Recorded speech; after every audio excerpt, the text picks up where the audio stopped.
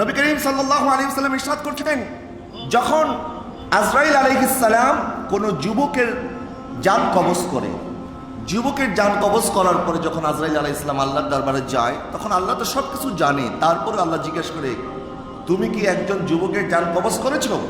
বলে, হ্যাঁ রব্বে জুল জালাল, আমি একজন যুবকের জান কবজ করেছি।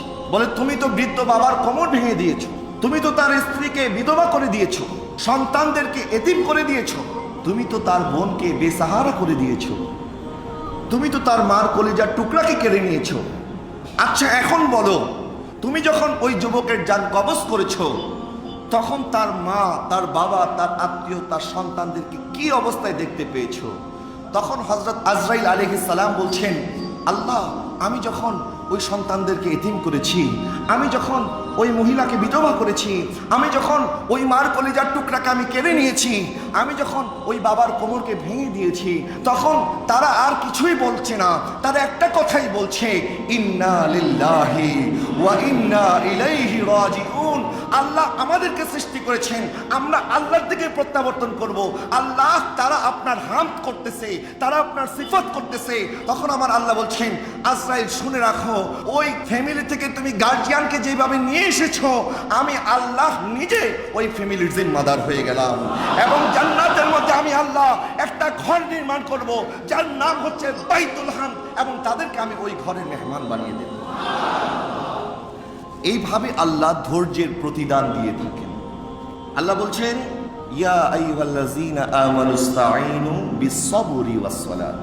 দুইটা মাধ্যমে আমি আল্লাহর কাছে সাহায্য প্রার্থনা করো, সবরের মাধ্যমে এবং সলাতের মাধ্যমে।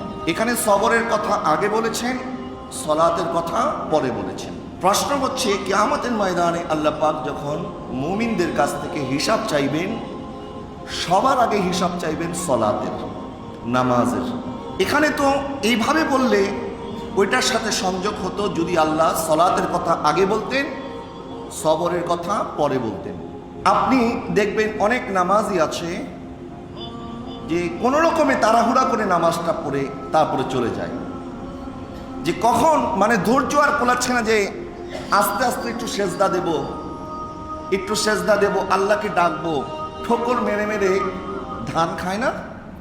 অনেক মুসলমান এমন আছে মুরগির মতো সেজদার মধ্যে ঠোকর দেয়, অর্থাৎ দেয় আবার উঠায়। তো আমার নবী বলছেন, কিয়ামতের ময়দানে তার এই নামাজ তার মুখের মধ্যে মারা হবে, যে নামাজের মধ্যে কোনো খুশু খুদু নাই।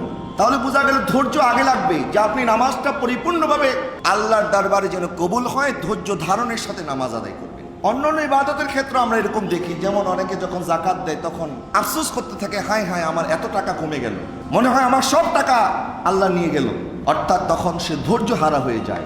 এই যে বেসবরি, অধৈর্য হয়ে যাওয়া। আবার যখন ব্যবসা বাণিজ্য লস হয়ে যায়, অনেকে দেয়ালের মধ্যে মাথা বাড়ি দেয়। আবার যখন কোনো ক্ষতি হয়ে যায় তখন বুকের মধ্যে এইভাবে চাপড়ায়। এরকম আমাদের মধ্যে যাদের স্বভাব আছে, এগুলি পরিবর্তন করেন।